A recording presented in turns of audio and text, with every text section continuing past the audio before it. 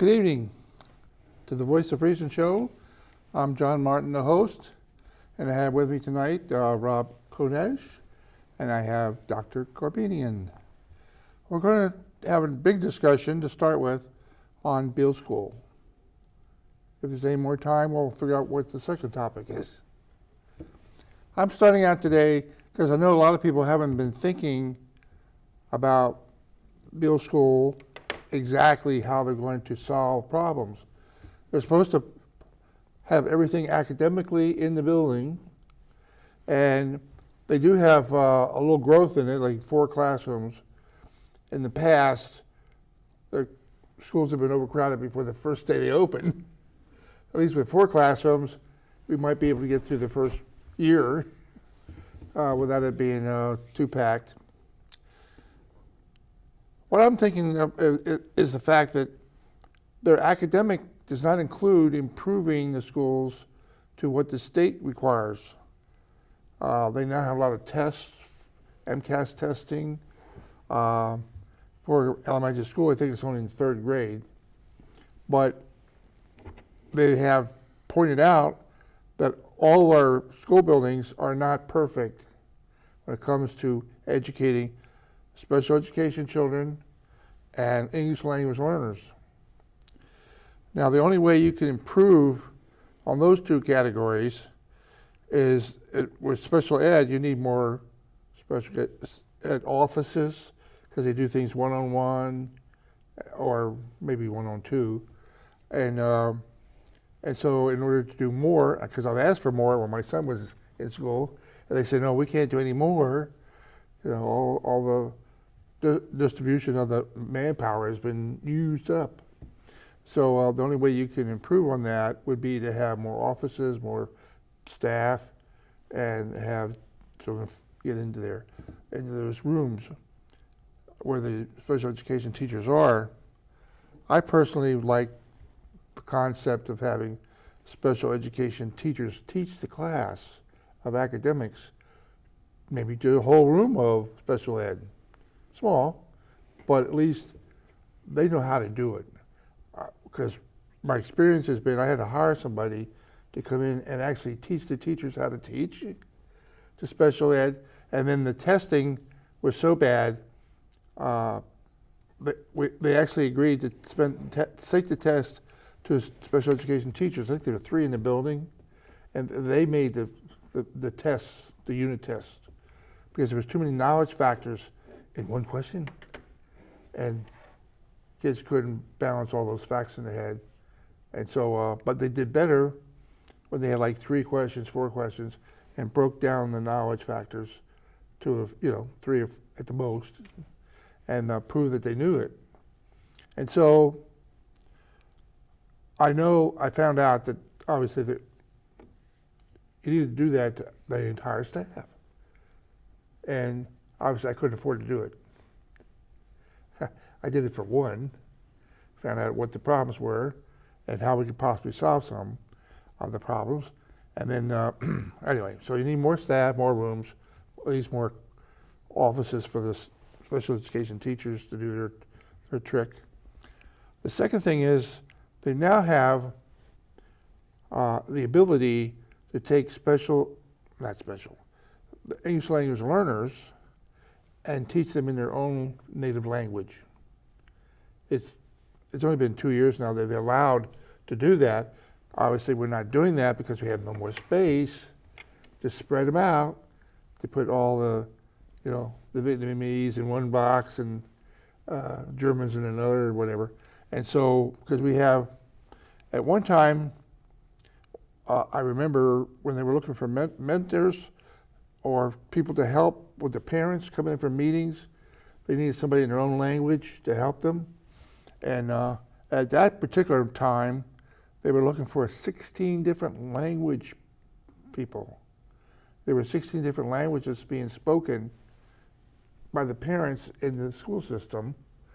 And so at first they didn't think they could find them, and they did. People are around somewhere speaking these languages, and they do help doing that job. But in order to do that, you need more staff, they can speak the languages, as well as being qualified as a teacher for the academic subjects, and then another classroom. Maybe smaller, but some place for them to teach. They're not doing that in the new school. So the problems that we've had in the past will continue. The problem is, if you vote for Beal School, you are voting for a substandard educational system. I think we should stop doing that. We've been doing that for decades.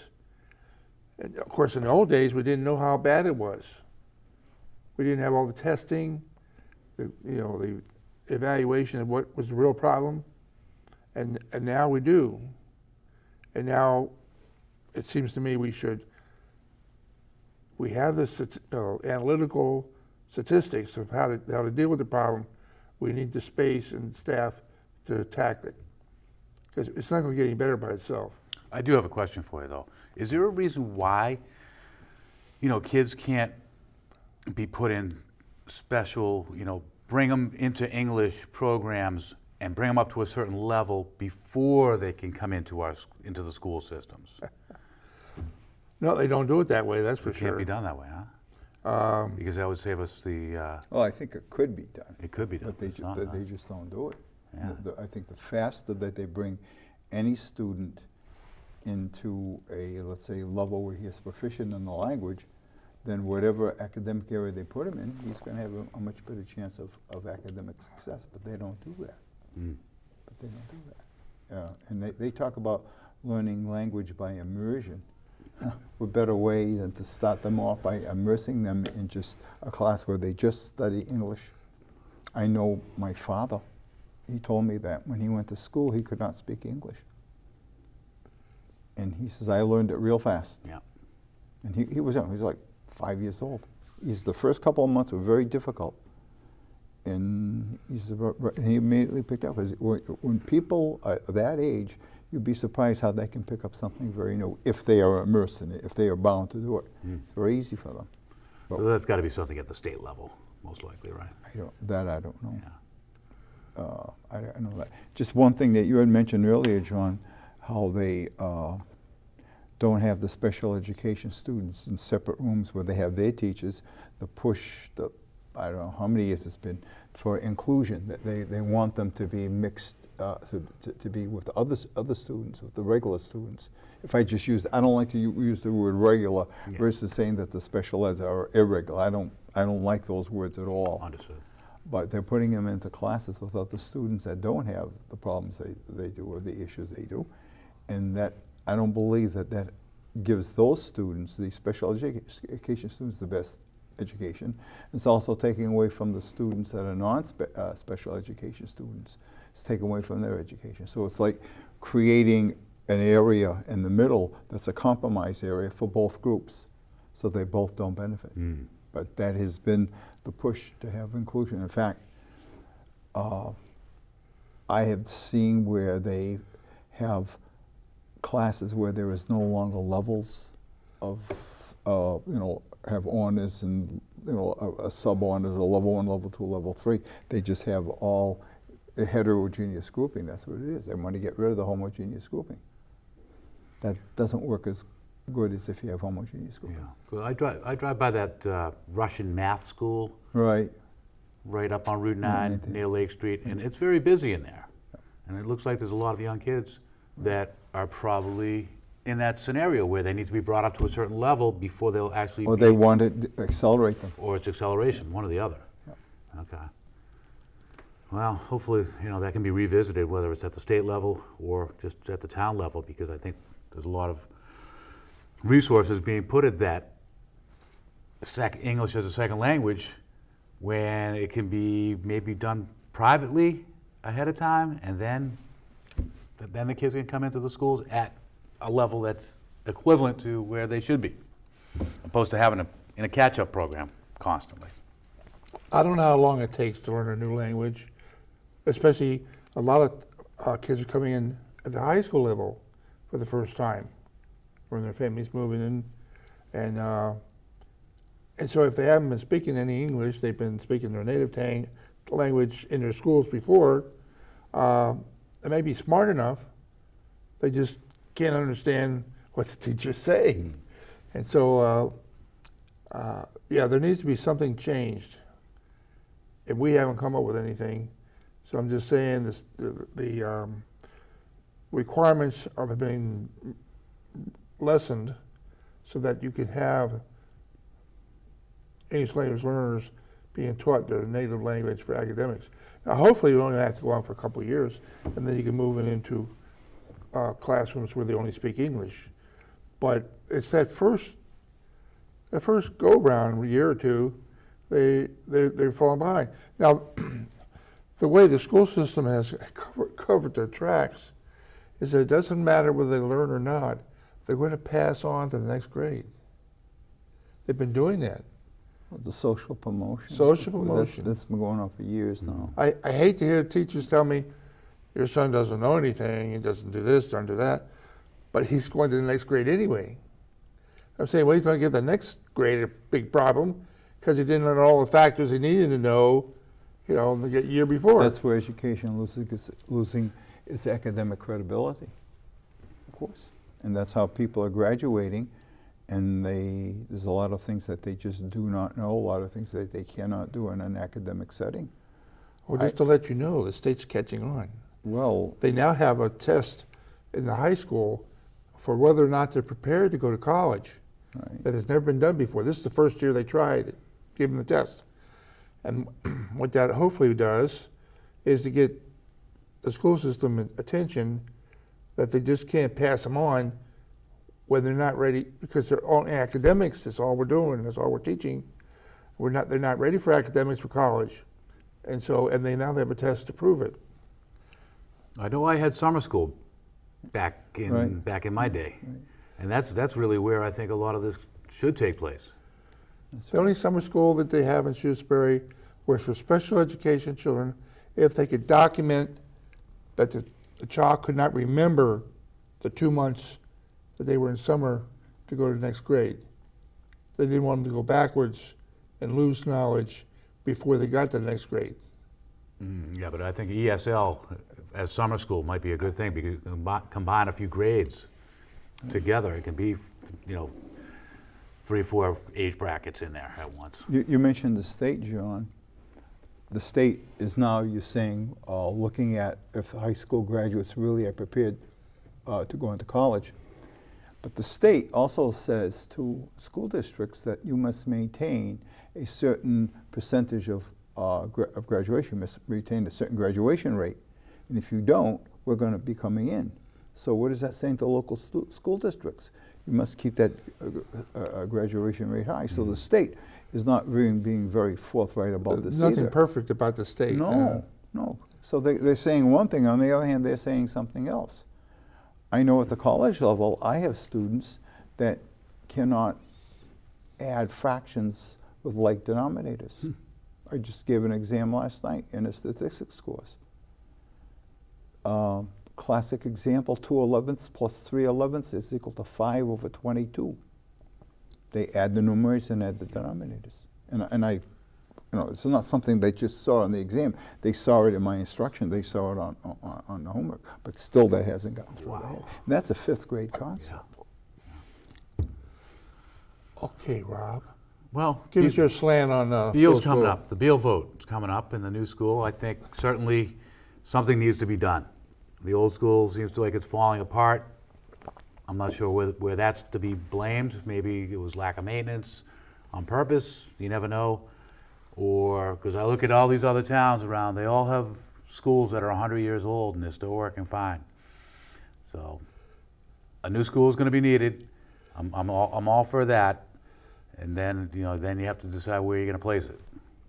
And usually it should be placed in different parts of the town where the kids are coming from, maybe where there isn't a school. Right. And we've already got this nailed down where it's going to be at the Glavin Center, where there's going to be a takedown of a couple of buildings, which were probably fine and dandy. That they First have to purchase the site. So I believe the purchase site is $913,000. Okay, so there's purchase cost in there, and then demolition of good buildings that could have been Right. used for something And else. we don't know exactly what that demolition cost is going to be, because once they start taking these buildings and putting them in a state of disintegration, there's going to be different things, chemicals that could be found, hazardous materials, as they say, and that's going to increase costs. Perhaps, we don't know that.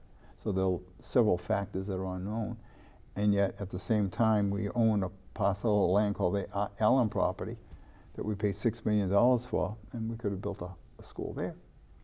Well, that seems to be the area of town that doesn't have a school. Right, and that's right, and that's closer The to a lot of the southeast students. quadrant, yes. Exactly. So the buses wouldn't have to come up and down Lake Street. Right. And that's really a very skinny road, and that's going to be the main access. And that road is going to have to be redone for sure. And that's the same Just road. not the width as well as the Yeah. undulations that exist in that road. And that's the same road that people have been tying ribbons around the trees for years because they don't want to see that road expanded. All right. And it's a tough road as it is. I can just imagine how it's going to be with that many buses coming through there daily, a couple times a day. Yeah, well, in the site selection process, I attended a meeting at the Beal School, and at that time, they had not selected this present site, but they were discussing what they had done, and some of the sites they eliminated. At that time, I think they had it down to maybe 6 or 7 sites. And they presented several factors that they were looking at when they were judging each site. And as I looked at that list of factors, in my estimation, I didn't think all those factors had equal weight of importance. And I asked the committee from Shrewsbury, as well as the, was it Pagano Associates, that's the architect or whoever they are. Lamoureux Pagano. Yeah, Lamoureux. If they had taken these factors and put them in an order of importance and put a weight on each of these, and then come up with a number for every site that they evaluated. And they said no. And I said, well, why not? That would be the best way of evaluating a site if you're going to compare sites. And the answer was, well, we just didn't. And I suggested to the committee that perhaps you should go back and use this method to evaluate all your sites one more time and see which one comes out to be the best. Because clearly all these factors were not of equal value. And they even agreed to that. But I think their method of site selection could have been improved significantly. Yeah. The reaction was not very positive to what I said. I mean, we're talking about most likely a 20-year bond that's going to get floated for in the neighborhood of $60 million. I believe the number is going to be $59,520. $59,520,000 is going to be That's after before we town get share. grant money. No, that's No, after. that's after the grant money. And that's it. The reimbursement rate, I heard, has been going down because of the size of the It's school. 36%. 36%, but we know that there was another school in Northbridge that's at about Right. 47%. Right. The Northbridge, well, the Shrewsbury School is $93 million. It's going to accommodate 790 students. The state will pay 36% of that, and that in dollar amount is be $33,480,000. The town share is $59,520,000. In Northbridge, and they still haven't passed that either. That's coming up for a vote, I believe, in November as well. They're proposing a school that's going to be $101 million. It's going to service 1,030 students, elementary school now. And the state is going to reimburse them 47%. So the state share is going to be $47,600, and this town share is going to be $53,400,000. So that's 20% more students Right. at a reimbursement rate that's Right. almost 20% higher. So I took those numbers, and I took the Northbridge town share, $53 million, $53,400,000, and divided by 1,030, and found out that that would be $51,844 per student, and I did the comparable computation for Shrewsbury, it's going to be $75,341 per student. So we are paying significantly more than the town officers, and I can't understand why that building is getting a greater increase of state aid than ours. Well, the state aid had to do with evaluation of towns years ago when they set up Proposition 2.5. They considered Shrewsbury fairly wealthy compared to most towns. Now, obviously, the big cities get a bigger cut in that because they don't seem to have the number of voters that pay taxes, and so they almost get 100%. So we're somewhere in the middle in what they give us, but years ago, the selectmen tried to explain why property taxes are where they are. It had to do with that decision that was made when they started the process, Proposition 2.5, where we fell on the curve for wealth. And so they saw what we were paying at that time. It just so happens that they weren't paying enough to have the top of the line school system, and therefore we've never been able to get up to a better school system because the property taxes are not bringing in the cash. I mean, if it brought in the cash, we'd probably spend more on schools. But because we're short in a number of areas, I remember the big fight for, what's the next one? Police Police station is the number one. It's going to be our next And project. so, at some point, you're going to say, well, gee, we should do something with the police and not with whatever else we could spend it on. And so there's competition between departments. I mean, we built a couple of firehouses. We've gotten bigger trucks. It just goes on, the big infighting that we do with the budget. Now, I know that I was told that they didn't like that there was a show on recently where they had the town manager and the school committee in the same table, and they were all talking nice, But the reason they've been talking nice, and have ever talked nice to each other, is when the town manager can see that they're not impacting his budget 1 cent. They're not saying, oh no, we're going to have more staff and all that. We're going to improve this and all that. It doesn't come out of his budget for the school committee, for the schools, for paying the salaries of the students or the teachers. And so it turns out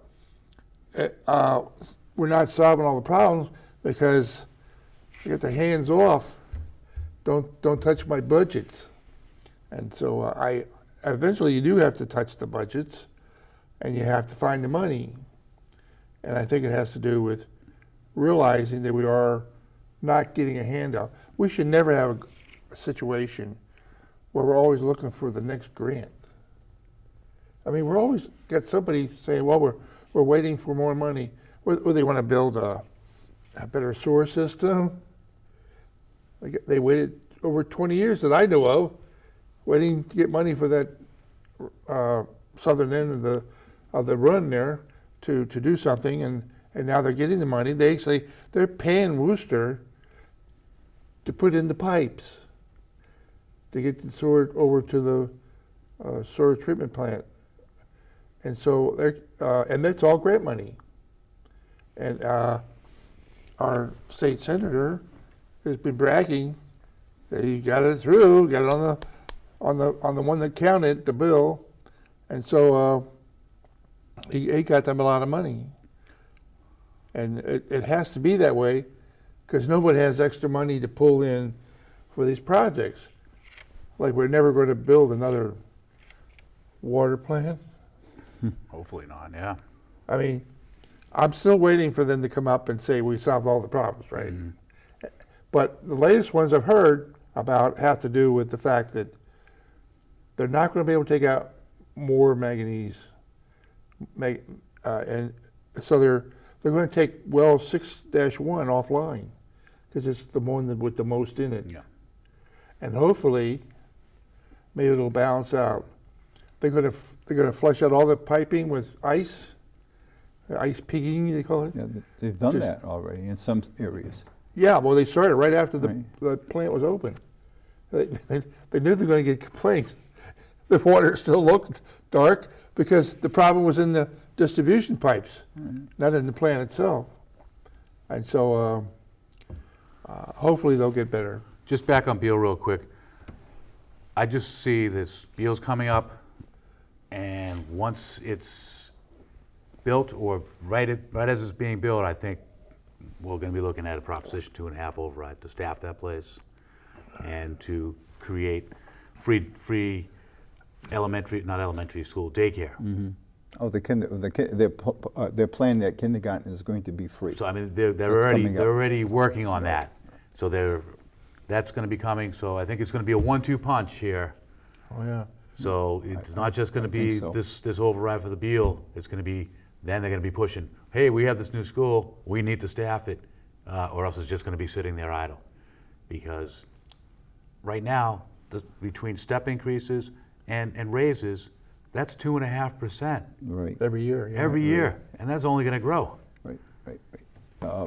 Plus, every year when they come up with the budget, the initial budget proposed by the school is always such a very, very high number. And it's like a series of negotiations where they come out to, I guess, what is the realistic, acceptable number. And what I can't understand is, how are they negotiating with taxpayers' money? The way the process is, to me, very, very illogical. Yeah. They should come up with a truly honest number and then say, this is really the area that we truly need something. Case in point was, during the budget process last year, the superintendent had proposed a third assistant superintendent. And in the process of bringing his budget down, which he knew he was going to get, that item was cut out. Well, I think I mentioned maybe in the last program that we now have a third assistant Yes, superintendent. I've seen that. So I don't understand how the financial workings of the school department is that they can say, we don't have the money, and all of a sudden we have it. So now we have 3 assistant superintendents in the school. I have trouble understanding that. I really do. When those positions originally had other titles. So it boils down to more money being spent for positions that have greater titles. And I am not criticizing the people that are holding those positions. I don't care who is in there. That's not important. It's not a matter of personalities. It's just a matter of the structure. So now I'm waiting when we're going to have a 4th assistant superintendent. Because this last assistant that we just had has been given the title assistant superintendent in charge of student services. That person was previously the director of special education. Why? Why? It's a way to give them a raise. It's a way to give them a raise. And I think that's not being very honest with people. And then turning around and saying that we need a new school, we need this, we need this, we need this. And it all boils down to, what impact does this have on credible academic education? That's truly pure on academics. We need more transparency, and we don't need these projects being Right. shoved down our throats. And that's the feeling that I'm getting with this Beal project. Well, on this Beal project, perhaps part of the problem is that We don't have enough time to discuss anything more. the Good night, folks.